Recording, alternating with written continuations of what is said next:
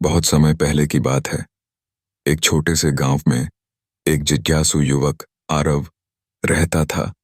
आरव को अनंत ब्रह्मांड के रहस्यों और आत्मा के गूढ़ सवालों का उत्तर जानने की तीव्र इच्छा थी।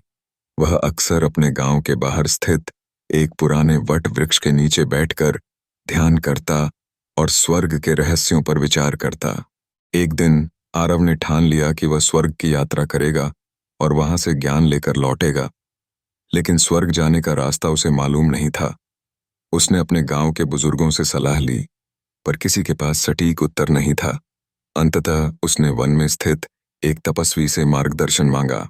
तपस्वी ने कहा, स्वर्ग तक पहुंचने के लिए तुम्हें 3 परीक्षाओं से गुजरना होगा। यदि तुम सफल हुए तो देवता तुम्हें स्वर्ग का मार्ग दिखाएंगे। आरव ने सहर्ष सहमति दी। तपस्वी ने उसे एक जादुई शंख दिया और कहा, यह शंख तुम्हें संकट में सहायता करेगा, लेकिन इसे केवल सत्य और निस्वार्थ भावना से ही बजाना चाहिए। आरव की पहली परीक्षा थी मोह माया का त्याग। जंगल में चलते हुए उसने एक घायल हिरणी को देखा। वह दर्द से कराह रही थी। आरव को अपनी यात्रा जारी रखनी थी, लेकिन उसका हृदय हिरणी को तड़पता देखकर पिघल गया। उसने अपनी सारी जड़ी बूटियां और समय हिरणी की सेवा में लगा दिया। कई दिन बाद हिरणी स्वस्थ होकर भागी। तपस्वी वहां प्रकट हुए और बोले, तुमने पहला चरण पार कर लिया। स्वर्ग तक पहुंचने के लिए दया और त्याग आवश्यक है। दूसरे चरण में आरव को एक खतरनाक घाटी पार करनी थी। वहां गहरी खाई थी और रास्ता अत्यंत कठिन। अचानक उसे एक भयंकर राक्षस ने रोका। राक्षस ने कहा, यदि तुम आगे बढ़ोगे तो मैं तुम्हें खा जाऊंगा। आरव डरा, लेकिन उसने शंख बजाया। शंख की आवाज से दिव्य प्रकाश प्रकट हुआ और राक्षस का भय मिट गया। राक्षस ने कहा, तुम्हारा साहस और विश्वास सच्चा है। जाओ, तुम्हारी राह अब खुली है। अंतिम परीक्षा में आरव को एक सरोवर के पास ले जाया गया। सरोवर का जल चमक रहा था। वहां एक आकाशवाणी हुई, यह जल स्वर्ग की झलक है।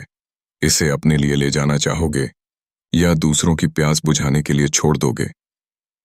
आरव ने बिना सोचे समझे उत्तर दिया, यह जल मेरे लिए नहीं, उन सभी के लिए है जो इस यात्रा पर नहीं आ सकते। उसकी निस्वार्थता देखकर आकाशवाणी बोली, तुमने अपनी परीक्षा पूरी कर ली। अब स्वर्ग का द्वार तुम्हारे लिए खुला है। आरव ने स्वर्ग की ओर कदम बढ़ाए। उसने वहां अद्भुत प्रकाश, संगीत और आनंद का अनुभव किया। उसे ब्रह्मांड के रहस्यों का ज्ञान हुआ, लेकिन उसने अधिक समय वहां रुकने के बजाय लौटने का निर्णय लिया, ताकि वह अपनी इस यात्रा का अनुभव दूसरों के साथ साझा कर सके। गांव लौटकर आरव ने सभी को स्वर्ग की शिक्षा दी।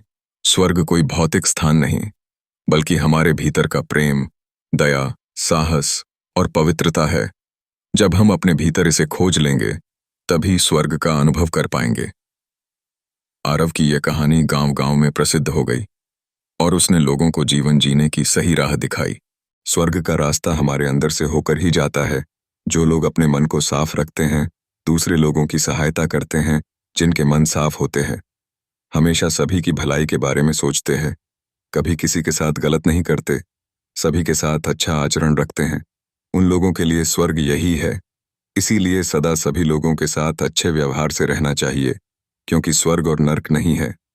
हमारे कर्म ही हमें स्वर्ग पहुंचाते हैं। इसलिए सदैव अपने कर्म करने चाहिए।